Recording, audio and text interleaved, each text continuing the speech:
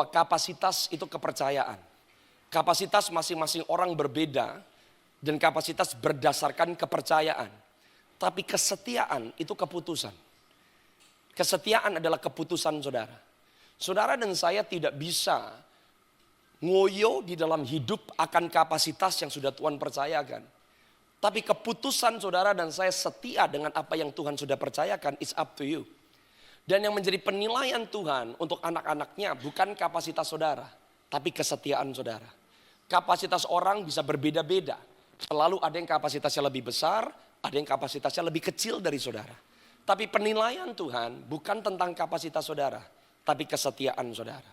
Nah, tema yang diberikan kepada saya untuk saya bicarakan adalah mengenai pengampunan dan kasih sayang. Saya mau cerita buat saudara supaya saudara bisa mendapatkan gambaran. Di dalam Alkitab ada dua murid Tuhan Yesus. Yang satu namanya Petrus, yang satu namanya Yudas Iskariot. Kalau saudara memperhatikan dengan baik Petrus dan Yudas Iskariot, sebetulnya yang lebih parah, yang melakukan pengkhianatan lebih parah, itu sebetulnya bukan Yudas Iskariot, tapi Petrus. Yudas menyerahkan Yesus 1 kali. Petrus menyangkali Tuhan Yesus 3 kali.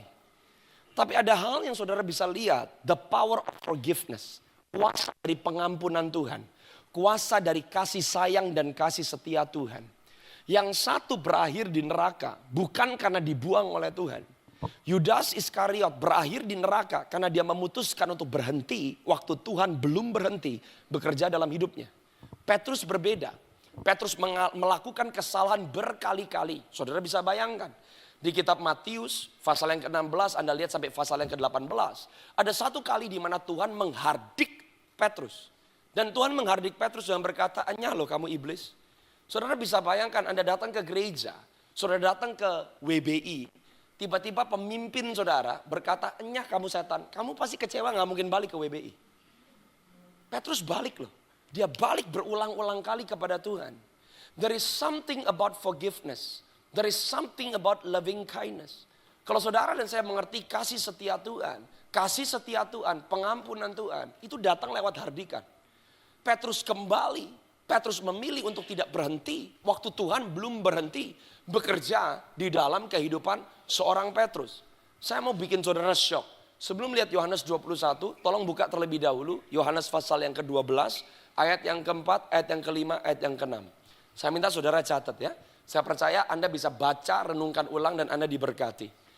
Oke, saya mengucap syukur, jarang saya khotbah di WBI, jam khotbahnya 45 menit.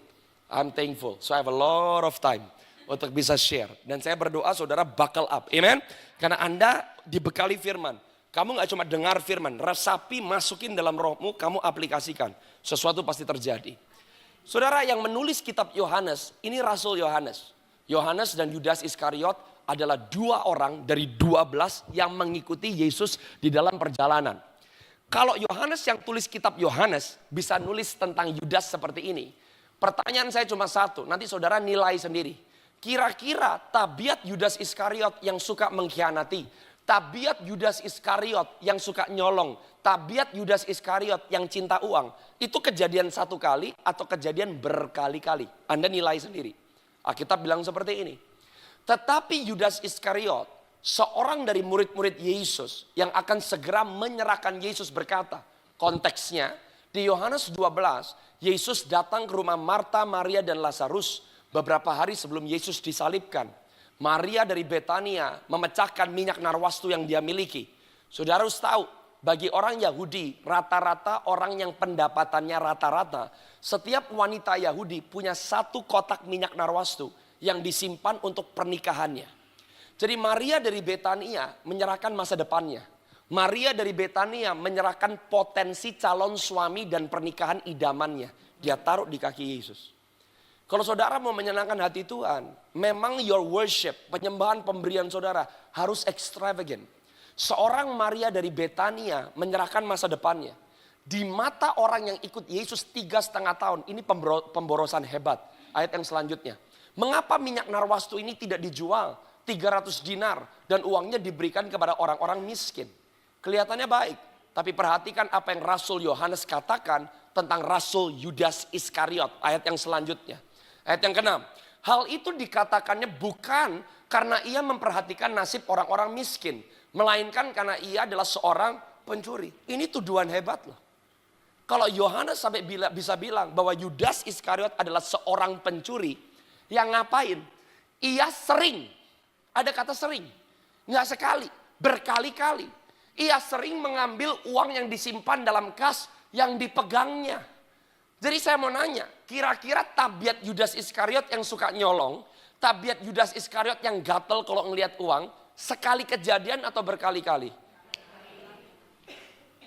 Dan siapa ini? Bendaharanya Tuhan Yesus. Saya coba posisikan diri saya di dalam sepatunya Yohanes.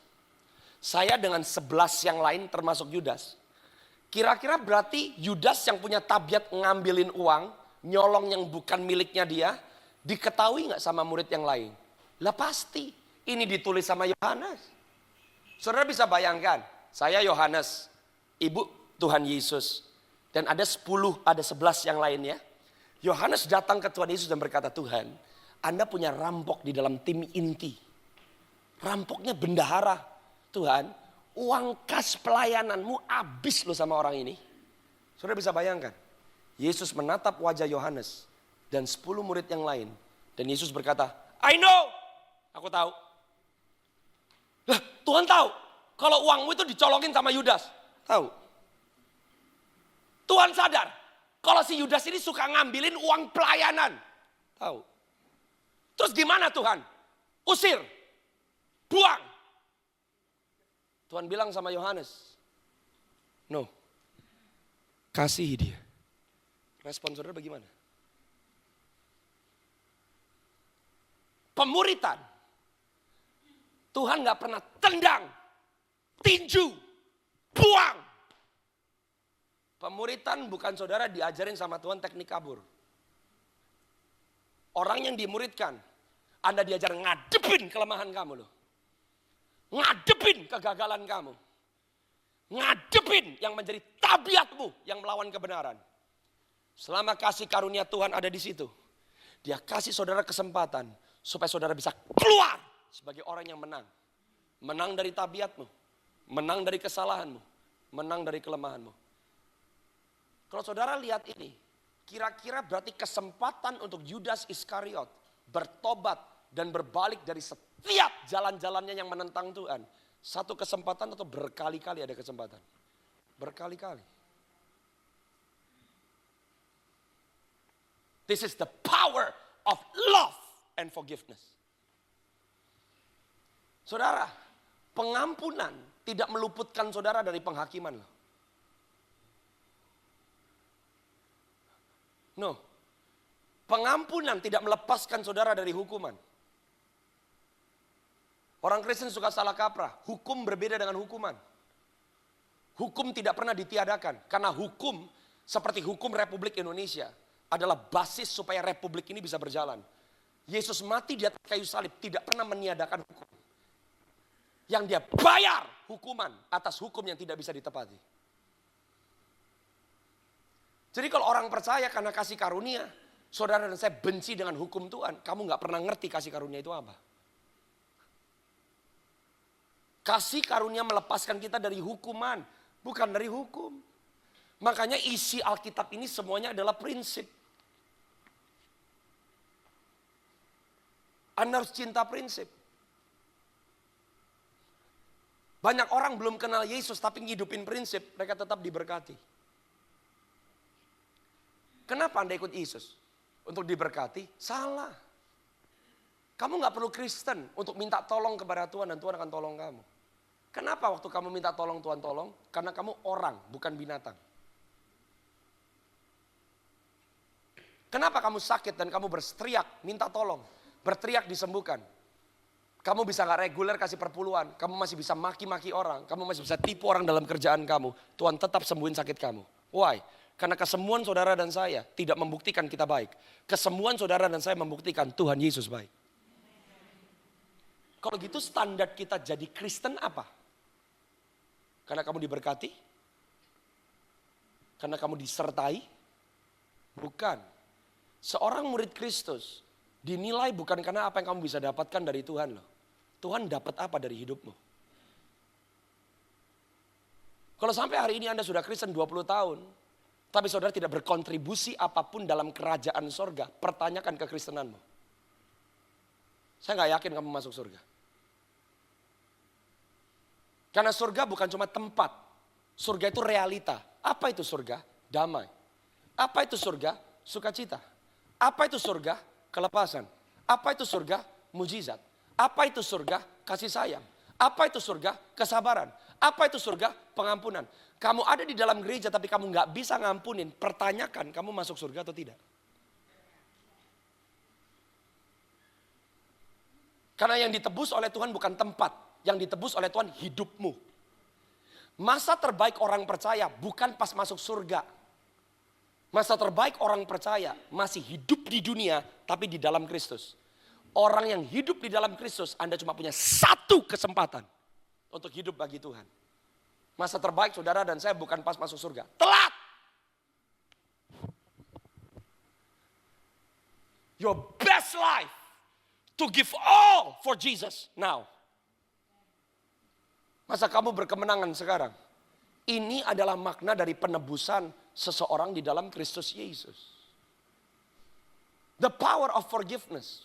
Orang yang diampuni. Orang yang menerima kasih sayang Tuhan. Yudas Iskariot gak pernah dibuang. Dia bunuh diri.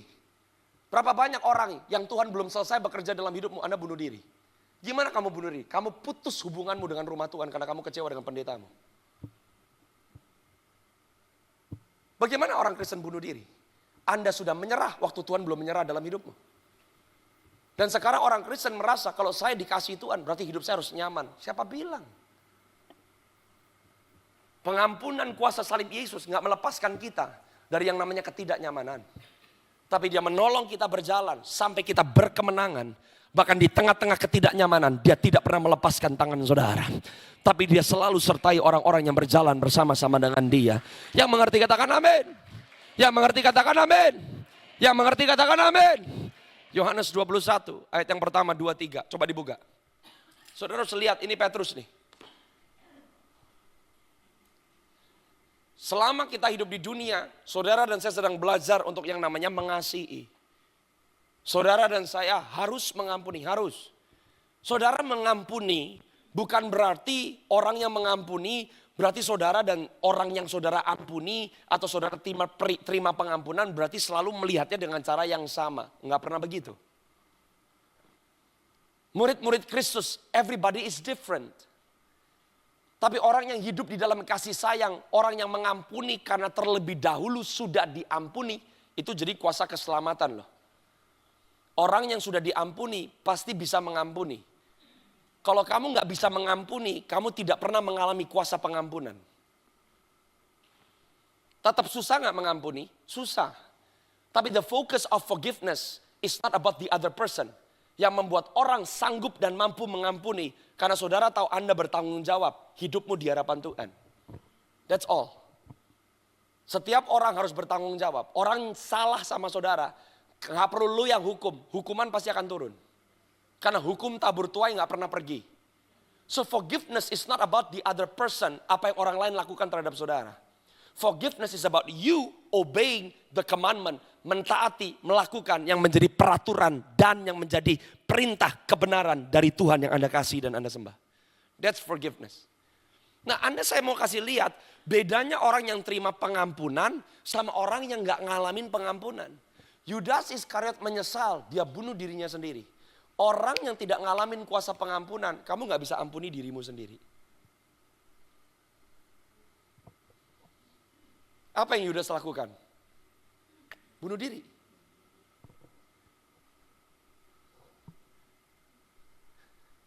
Saudara tahu mengampuni dirimu sendiri karena kamu sudah diampuni oleh Tuhan itu bagian dari pengampunan? Berapa banyak orang sudah berhenti melakukan dosa, tapi kuasa dosa masih bercokol atas kehidupan orang itu. Berapa banyak orang masih gak bisa ambil keputusan karena takut. Takut salah, takut dipermasalahkan, takut keadaan yang pernah terjadi terulang lagi. Orang bisa sudah berhenti berbuat dosa, tapi kuasa dosa masih ada atas orang itu loh. Kok bisa? Orang yang terjebak dengan yang namanya trauma. orang yang lepas, merdeka dan diampuni, Anda gak akan takut untuk ngadepin hal yang sama. Hal yang sama bisa terjadi lagi. Saudara dan saya masih hidup di dunia. Kira-kira masih bisa disakitin sama orang gak? Pasti. Tapi orang yang terima kuasa pengampunan dan mengampuni, Anda gak trauma, gak ketakutan ngadepin yang sama. Karena sewaktu saudara berjumpa dengan Tuhan yang mengampuni, Tuhan yang senantiasa menyediakan dirinya untuk mengangkat saudara kembali, menolong saudara, saudara bisa ngalamin hal yang sama berkali-kali juga. Tuhan yang sama gak mungkin tinggalin saudara. That's the power. Orang yang mengerti the power of forgiveness. Saudara lihat nih Petrus nih. Kemudian Yesus menampakkan diri lagi. Katakan sama-sama dengan saya lagi. Katakan sama-sama dengan saya lagi. Jesus never gave up. Lah emang saudara pikir waktu Yesus disalib yang murtad cuma Yudas Iskariot? Kagak. 10 yang lain juga murtad. Semuanya kocar kacir. Semuanya pada pergi. Tapi apa yang Tuhan Yesus lakukan? Dia menampakkan diri lagi. Dan lagi. Dan lagi. Dan lagi. He never gives up on his disciples. Pertanyaan saya, kalau Yudas Iskariot gak bunuh diri, termasuk gak orang-orang yang juga Tuhan masih jumpai lagi dan lagi? Termasuk.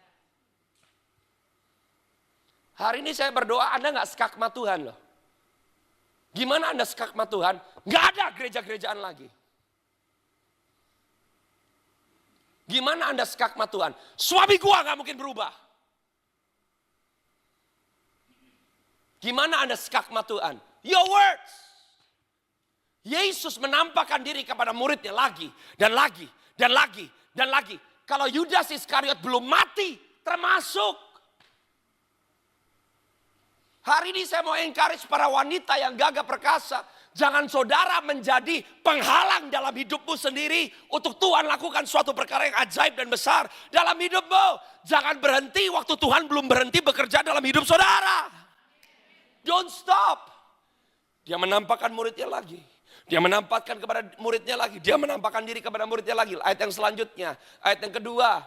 Waktu Yesus menampakkan diri kepada murid-muridnya. Di pantai itu berkumpul Simon Petrus, Thomas yang disebut Didimus, Nathanael dari Kana dan dari di Galilea, anak-anak Zebedeus dan 2 orang muridnya yang lain. Satu hal yang saudara harus catat, kenapa gereja lokal itu penting?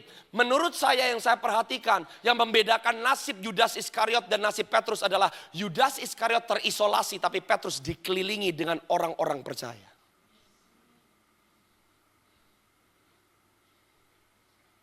Saudara tahu orang Kristen yang terisolasi akan lama-lama menjadi orang Kristen yang tersesat? Orang Kristen yang tersesat lama-lama jadi orang Kristen sesat. The first step yang setan akan lakukan untuk bunuh orang percaya, Anda diisolasi. Apa yang bisa bikin orang Kristen terisolasi? Gak bisa ngampunin. You gotta see the danger. Gak bisa ngampun itu bahaya. Kenapa? Karena iblis akan isolasi saudara. Dengan notabene, daripada gue gabung sama orang lain lagi, nanti gue disakitin lagi, gue jadi korban. Lebih baik gue sendirian.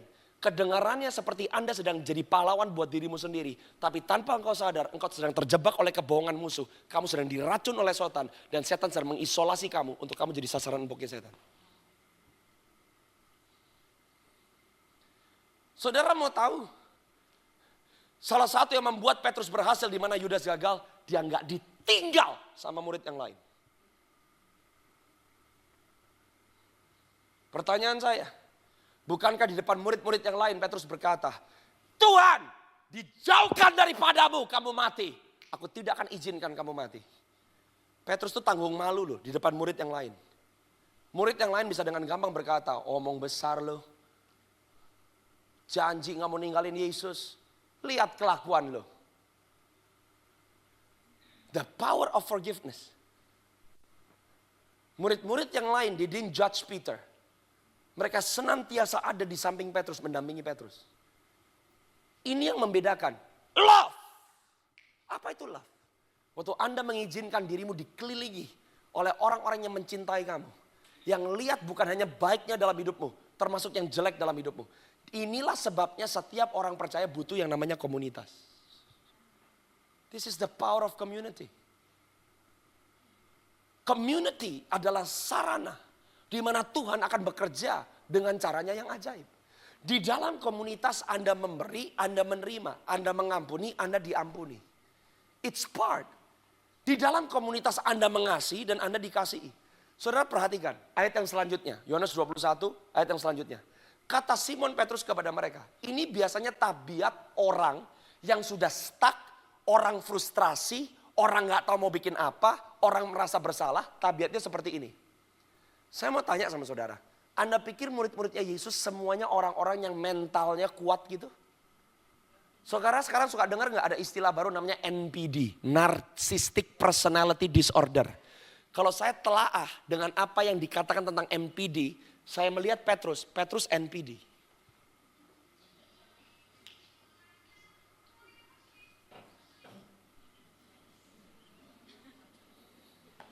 Saya lihat Petrus NPD.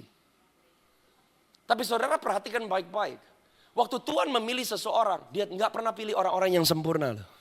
Tapi dia pilih orang-orang yang mau dibentuk dan dijadikan sempurna sama seperti Yesus sempurna.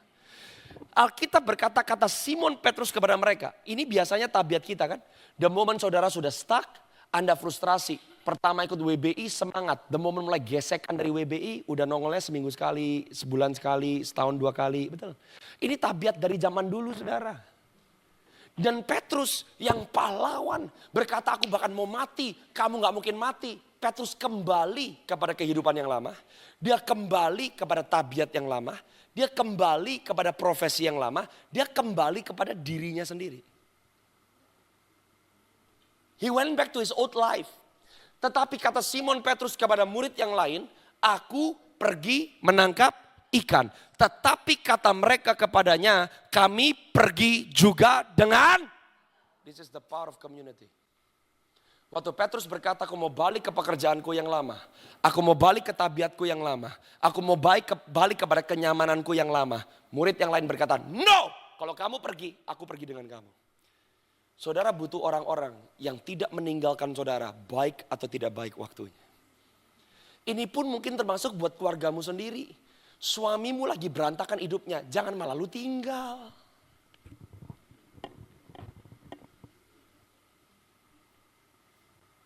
Stay there. Tuhan belum selesai bekerja. God is not done working. Saya mau encourage para ibu-ibu, the power of forgiveness is not about you. It's about God. Mungkin Anda sedang mengalami suatu hal dalam hidupmu yang unfair. Yes, it's unfair. Gak bisa dipungkiri. Yang kamu alami is unfair. Tapi hari ini jangan posisikan dirimu seperti korban. Sebab di dalam Kristus kamu bukan korban. Tapi kamu adalah seorang yang menang. Haleluya. Kamu bukan korban. Kalau mentalitasmu seperti korban, realitamu ya korban gitu. Tapi kalau hari ini kamu tahu, God is not done working. Saya produk doa mama saya. Mama saya sudah hampir cerain papa saya berkali-kali. Mama saya orang Bandung, nikah sama orang Surabaya. Dari keluarga Buddha. Mama saya tersiksa. Tapi saya gak ada hari ini kalau bukan karena doa mama saya. Saya produk doa seorang ibu. Saya mau kasih tahu sama saudara, saya share. Di tengah-tengah pernikahan papa mama saya. Mereka lewat topan dan badai loh. Belum lama ini saya tahu. Beberapa tahun ke belakang. Ternyata papa saya selingkuhin mama saya. Selingkuhnya sama siapa? Jemaat saya sendiri.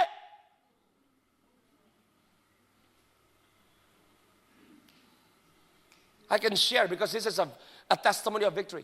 Karena saya ngalamin perjumpaan dengan Tuhan. Saya bisa saksikan sama ibu. Saya gak benci papi saya.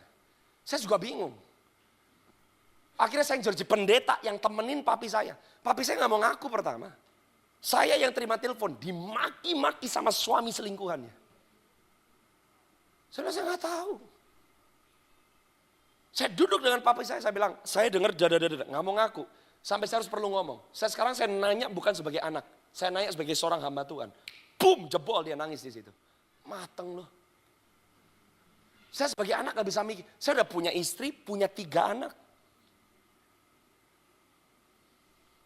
Bisa marah? Bisa. Tapi I felt the love of Jesus. Saya bukan korban. No. Karena saya adalah anak Tuhan.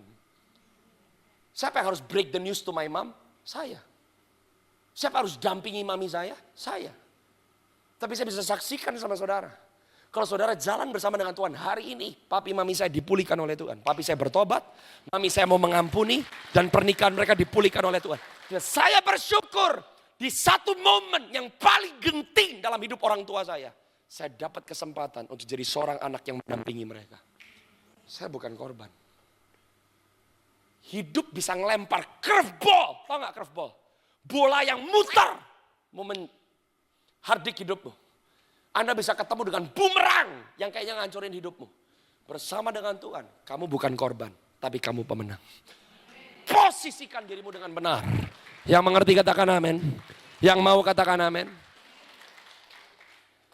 Saya alami sendiri dalam hidup saya, saudara. Life is unfair, yes. Karena Anda gak bisa kontrol keputusan orang. Tapi bagaimana saudara memutuskan, kamu bisa kontrol. There is power in forgiveness. There is power in love. Pesan saya untuk para ibu-ibu di sini. Don't give up on your own husband. Don't give up on your own children. Karena ibu saya menekuk lututnya untuk pertobatan keluarganya. Ternyata beberapa puluh tahun kemudian, anaknya yang dia doakan, yang berdiri bersama-sama dengan dia, di masa yang paling susah dalam hidupnya. Apa yang saudara tabur hari ini, engkau tuai di besok hari. Saya mau encourage para wanita-wanita Tuhan, apa yang kamu mau tabur di keluargamu? Apa yang mau kamu tabur di masa-masa genting hidupmu? Jangan kamu berhenti, waktu Tuhan belum berhenti bekerja dalam hidupmu. Petrus berkata, aku mau nangkep ikan.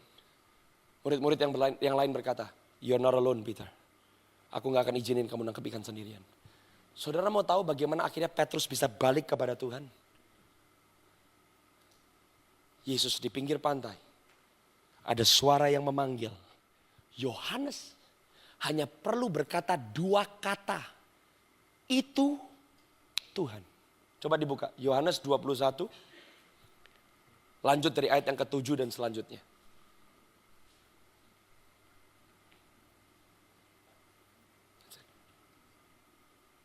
Petrus lagi depresi. Petrus hilang arah. Petrus gak punya harapan. Petrus pikir dia sudah mengkhianati Tuhannya. Dan dia gak bisa terima balik. Yohanes cuma perlu buka mulut dengan 2 kata. Itu Tuhan. Ketika Petrus mendengar bahwa itu adalah Tuhan, maka ia mengenakan pakaiannya sebab ia tidak berpakaian lalu terjun ke dalam.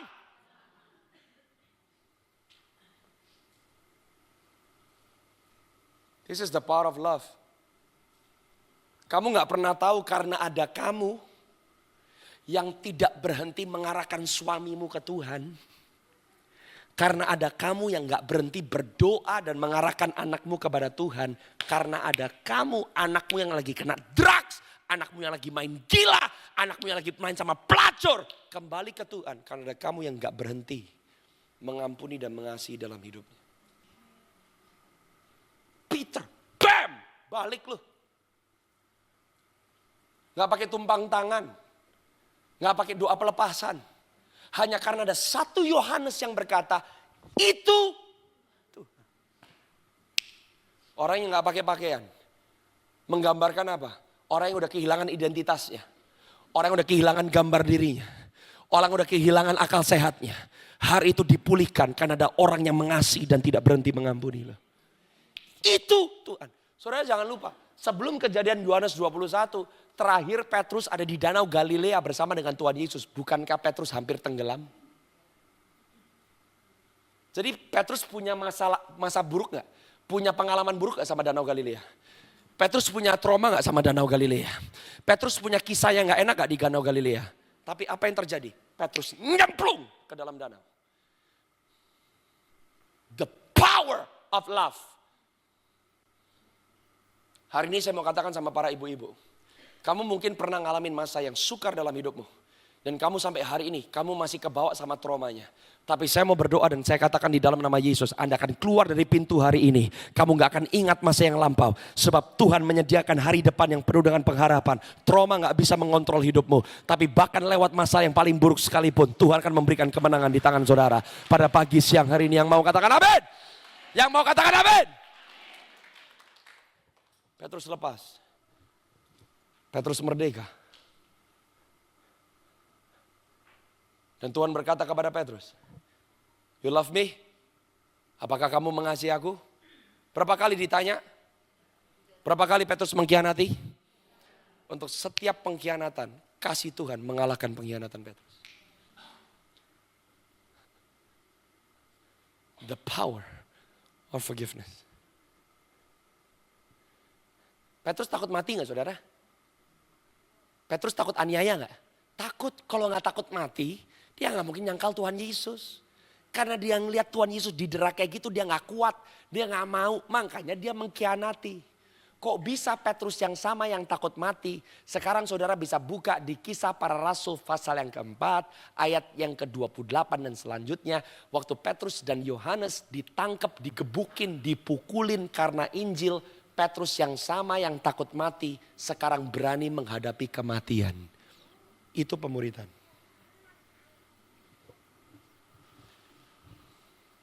Kok bisa?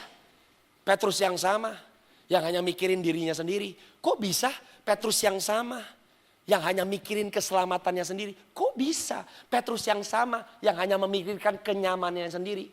Menjadi Petrus yang sama, yang bisa menghadapi kematian dengan penuh keberanian. Bahkan sejarah mencatat waktu dia mati disalib seperti Tuhannya.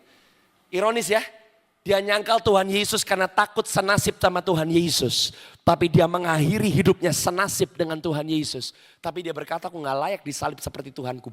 Balik! Murid. Apa sih harta seorang murid? Menjadi sama seperti gurunya. Saudara mau jadi siapa?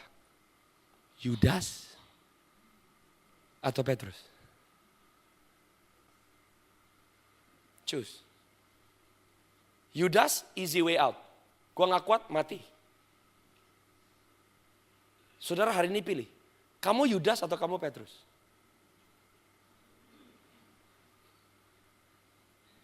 Petrus mengerti the power of forgiveness and love.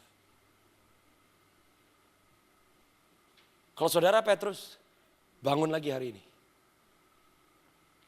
Jangan berkata aku gak bisa. Jangan berkata aku gak mampu. Kalau saudara Petrus hari ini, lakukan bagianmu. Ampuni orang lain karena kamu terlebih dahulu diampuni oleh Tuhan. Kalau kamu Petrus, jangan isolasikan dirimu. Tapi ini waktunya di mana Tuhan sedang mencari orang-orang yang mau bangkit. Orang-orang yang mau berperan. Hari ini tanya sama dirimu, kamu Petrus atau kamu Yudas? Saudara Petrus dan Yudas dua-duanya menerima janji yang sama. Saudara bisa duduk di sini dan kita semua bisa terima janji yang sama. Tapi tidak semua orang yang menerima janji mengalami janji. Karena di dalam setiap janji ada yang namanya perjanjian.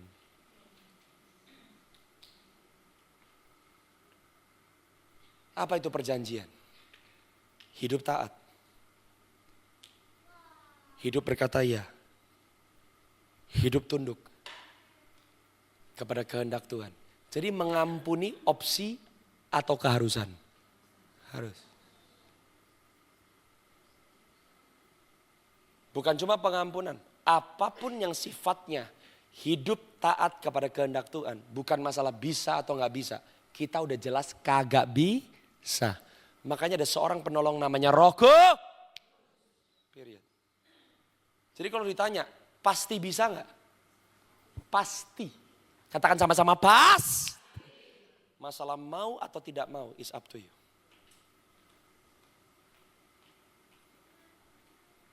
Yang mengerti katakan amin. Ada kuasa di dalam pengampunan. Ada kuasa di dalam kasih setia. Dan kasih sayang Tuhan Yesus Kristus. Yang mengerti katakan amin. Yang mau katakan amin, saudara. Saya berdoa saudara tanya hari ini, kamu Petrus atau kamu Yudas Iskariot? Saya tutup di bagian terakhir. Boleh? Buka sama-sama dengan saya dari kitab Kisah Para Rasul.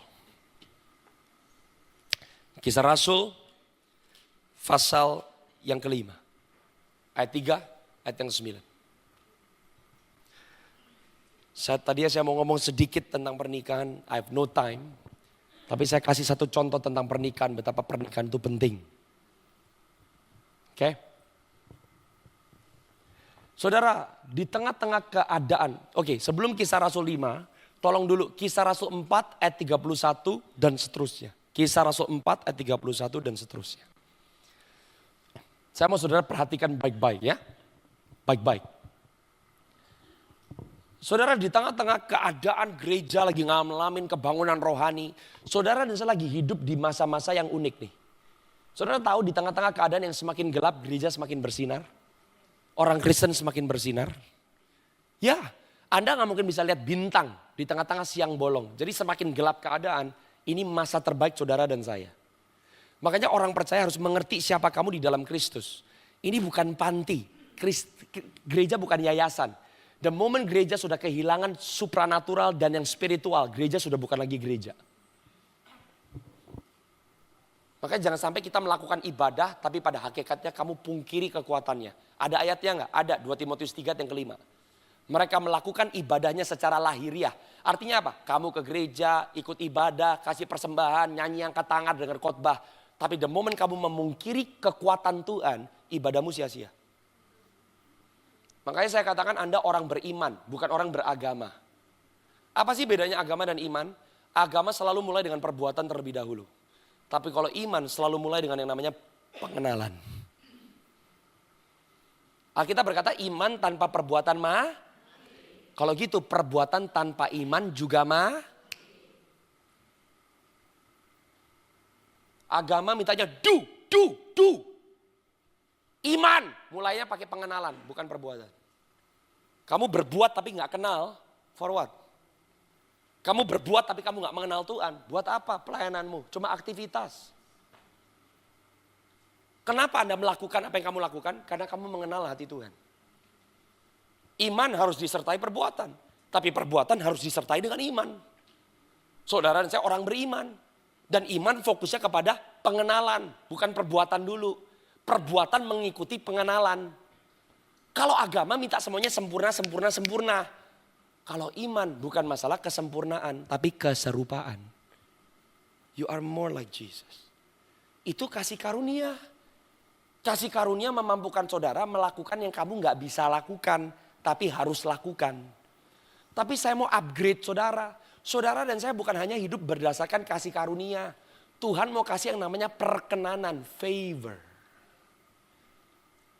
Catat, kasih karunia adalah saudara dimampukan melakukan sesuatu yang kamu gak bisa lakukan, tapi harus lakukan. Tapi kalau perkenanan beda saudara. Apa itu perkenanan? Favor.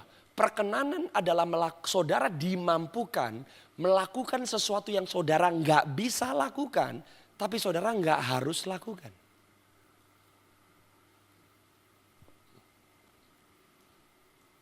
Saudara mau yang mana? Jangan coba jadi orang Kristen perbatasan. Masuk kepada keseluruhan janji Tuhan. Orang Kristen gak bertahan, berkemenangan. Amin. Upgrade.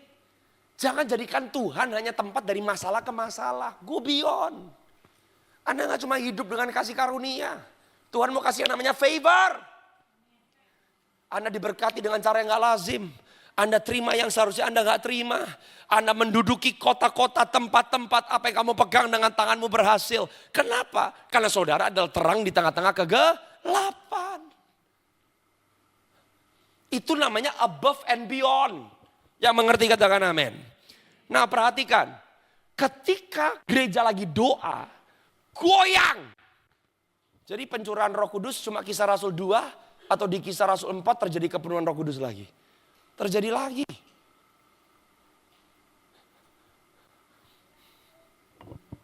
Ketika mereka sedang berdoa, goyang tempat mereka berkumpul. Mereka semua penuh dengan Roh Kudus. Lalu mereka memberitakan firman Allah dengan berani. Di Kisah Rasul 2, waktu pencurahan Roh Kudus di Kisah Rasul 2, Petrus yang khotbah 3.000 orang bertobat. Betul? Di Kisah Rasul 4, pencurahan Roh Kudus, bukan cuma Petrus, orang banyak berani memberitakan firman. He wants to take you from glory to glory. Dari kemuliaan kepada kemuliaan. Saya berdoa hari ini kamu gak puas. Bisa bayangkan gak kalau gereja hari ini masih harus membahas mengampuni. Kesian gak kita gereja? Kesian. Bayangkan kalau di dalam gereja masih banyak orang kepahitan. Kesian gak? Kesian. Ngenes nasib gereja. Makanya dunia kagak mau jadi orang percaya. Ngapain? Lu stres, gue juga stres. Lu ngeliat suami kayak ngeliat monster. Gue ngeliat suami juga ngeliat bandit. Apa bedanya? Lebih baik suami gue bandit, suami lu kayak monster. Begitu gak? Yang mengerti katakan amin. Makanya wanita-wanita perkasa kalau lagi ngomong tentang suami. Jangan yang ngomong, ya emang tuh suami kita emang gak becus tuh laki-laki. You know, akhirnya orang dunia ngeliat gereja ya, gak ada bedanya loh. Sedangkan kita udah ngerti prinsip. Apa yang kamu perkatakan, either menciptakan yang namanya kehidupan atau kematian. Dengan kamu mulutnya kayak comberan, kamu ciptakan kultur kematian dalam keluargamu sendiri loh. Betul? Ayat selanjutnya, 32. You gotta change. Waktu pencurahan Roh Kudus terjadi, adapun kumpulan orang yang telah percaya, mereka sehati sejiwa, tidak seorang pun yang berkata bahwa sesuatu dari kepunyaan adalah milik mereka sendiri, tetapi segala sesuatu adalah kepunyaan mereka bersama. This is a culture loh. Tapi ini bukan komunis, saudara. Bukan berarti semuanya sama rata gitu. No, semuanya berkembang. Yang unik, mereka berbagi, mereka belajar mengasihi, mereka ngerti yang namanya komunitas. Emang itu semua orang pada sempurna? Kagak. Tapi mereka praktis yang namanya forgiveness dan love. Kasih setia dan pengampunan. Ayat yang selanjutnya. Meskipun mereka melepaskan hak, melepaskan milik mereka. Mereka peduli akan orang lain. Ini kan semua pengajaran Tuhan Yesus. Beri maka kamu akan diberi. Lebih baik memberi daripada kamu menerima. Mereka praktek prinsip firman. Dengan kuasa yang besar. Rasul-rasul memberi kesaksian tentang kebangkitan Tuhan Yesus. Dan mereka semua hidup dalam kasih karunia. Yang apa saudara? Melimpah-limpah. Ayat 34. Mereka saling berbagi. Mereka saling memberi. Mereka mengasihi. Mereka berkorban. Sebab tidak ada seorang pun yang. Kok bisa makin ngasih bukannya makin kurang. Makin ngasih makin nambah.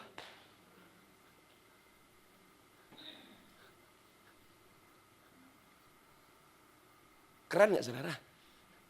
Kalau saudara dan saya ngidupin prinsip firman, emang gak masuk akal. Saya kalau ngampunin dapat apa? Yang ada ego gue diinjak-injak. Menurut daging, begitu. Tapi sudut pandang kerajaan, kagak begitu. Makanya Paulus bilang, buat dunia, imanmu itu merugikan. Makanya hal-hal spiritual tidak bisa dinilai secara lahiriah. Hal-hal spiritual harus dinilai secara spiritual. Saya tutup di sini. Ada seorang ayat yang 35 bernama Barnabas. Dia jual tanah. Dia kasih untuk Tuhan.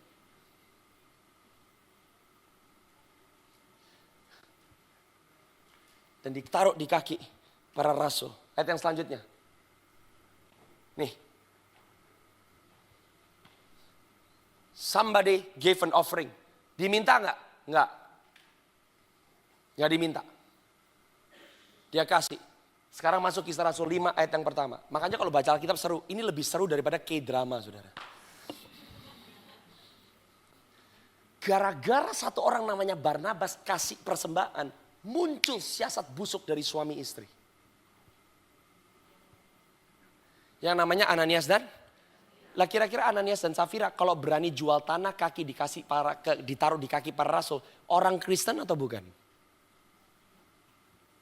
Kristen. Pelayanan atau kagak? Ngalamin kepenuhan Roh Kudus atau tidak? Ya iyalah kalau enggak mana mau. Langsung lompat ayat ketiga. Suaminya mau jadi brilian. Gue juga pengen dihormatin kayak Barnabas. Tapi gue gak mau rugi juga. Kita bilang kita jual tanah. Tapi sebagian simpan. Sisanya kasih, bilang semuanya kita udah kasih buat gereja. Yang saya mau supaya saya dihormati sama seperti Barnabas. Petrus ngomong begini, Ananias, mengapa hatimu dikuasai iblis sehingga engkau mendustai Roh Kudus dan menahan sebagian dari hasil penjualan tanah itu. Ayat yang selanjutnya, Anda bisa shock baca ayat yang keempat. Petrus tahu gak, dengan kata lain ngomong kayak begini, ngapain sih lu jual tanah? Lu kagak jual tanah, itu tanah tetap punya lo. Gua gak minta tanah lo, Tuhan gak minta tanahmu, Tuhan gak suruh ngasih. Kalau kamu gak jual, itu tanah masih punya kamu. Kamu jual, semuanya juga hasilnya tetap dalam kuasamu. Mengapa engkau merencanakan perbuatan itu dalam hatimu? Engkau bukan mendustai manusia tetapi mendustai. Dengan kata lain Petrus ngomong kayak begini. Kamu mau melayani Tuhan, kamu mau ikut Tuhan, kasih yang terbaik. Nggak mau kasih, nggak usah kasih sekalian. Dengan kata lain Ananias lagi cari gara-gara nggak? Ananias cari masalah untuk hidupnya sendiri nggak? Tuhan pernah minta uang dari dia? Enggak. Pernah minta tanahnya dia? Enggak. Waktu hati kita busuk, maka hati yang busuk adalah awal kehancuran kita sendiri. Lompat ayat yang ke-9. Yang paling parah istrinya. Yang punya siasat busuk siapa? Suami. Yang punya niat buruk siapa? Suami. Ini gambaran istri gak berfungsi. Istri gak ngingetin, istri gak ngomong, istri diem aja, istri gak berfungsi sebagai istri. Petrus nanya, mengapa kamu berdua bersepakat untuk mencobai roh Tuhan? Safira gak tahu kalau Ananias suaminya udah mati. Tahu gak apa yang dikatakan Petrus? Kenapa kamu berdua kesepakatan bagus gak? Kesepakatan yang tidak dilandaskan kebenaran busuk. Tahu gak kenapa peran istri itu penting? Karena kamu penjaga suamimu. Yang hebat dengan kasih karunia Tuhan, suaminya bikin salah, belum tentu istrinya harus mati loh. Makanya Petrus tanya sama Safira, kamu jual tanah, hasilnya seberapa? Kalau Safira jujur, minimal dia menyelamatkan siapa? Dirinya sendiri. Saya mau berkata ibu-ibu, minimal selamatkan dirimu sendiri. Bagaimana caranya kamu menyelamatkan dirimu sendiri? Jadi ibu yang terbaik. Jadi istri yang terbaik. Jangan menyerah terhadap keluargamu. Pertanggungjawabkan apa yang Tuhan sudah percayakan. Minimal kamu menyelamatkan siapa? Dirimu sendiri.